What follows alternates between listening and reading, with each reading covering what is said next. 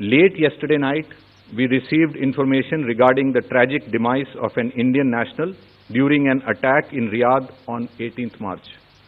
We express our deepest condolences to the family of the deceased. Our mission in Riyadh is in touch with the family and is coordinating closely with the local authorities for the early return of mortal remains to India. 6 Indian nationals have unfortunately lost their lives and 1 is missing in various incidents. Our missions in Saudi Arabia, Oman, Iraq and UAE are in regular touch with the concerned authorities regarding the missing Indian national and for the early repatriation of mortal remains of the deceased Indian nationals to India. From Iraq, 15 Indian crew members of MT Safe Sea Vishnu, who were safely rescued, had left Iraq yesterday and are expected to return from Saudi Arabia to India today. 24 rescued Indian seafarers, including 16 who were on board MV MKD Vyom and 8 on board MT Skylight, have earlier arrived in India from Oman. The Ministry of External Affairs continues to closely monitor the developments in the Gulf and the West Asia region.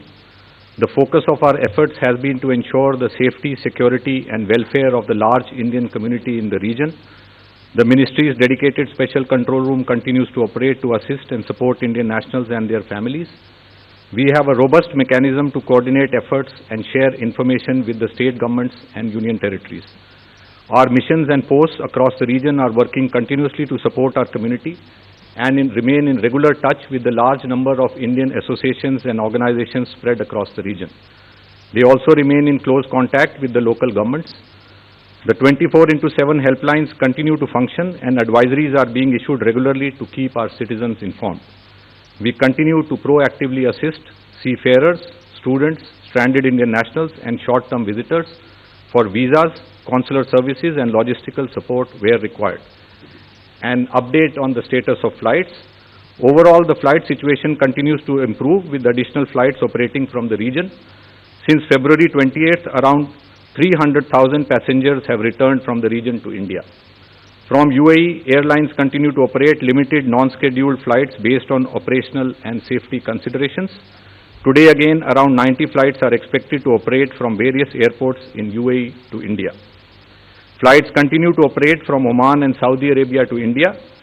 With the Qatar airspace partially open, Qatar Airways is expected to operate 10 non-scheduled commercial flights to India today. Kuwait airspace remains closed.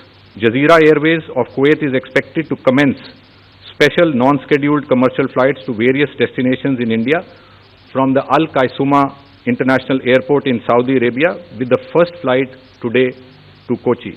This will facilitate the travel of Indian nationals from Kuwait to India. Bahrain airspace remains closed. Gulf Air of Bahrain continues to operate special non-scheduled commercial flights from Dammam Airport of Saudi Arabia to India. In view of the flight restrictions from Kuwait, Bahrain and Iraq, we are also facilitating travel of Indian nationals via Saudi Arabia. We continue to assist travel of Indian nationals in Iran through Armenia and Azerbaijan to India. We are also facilitating travel of Indian nationals from Israel via Jordan to India.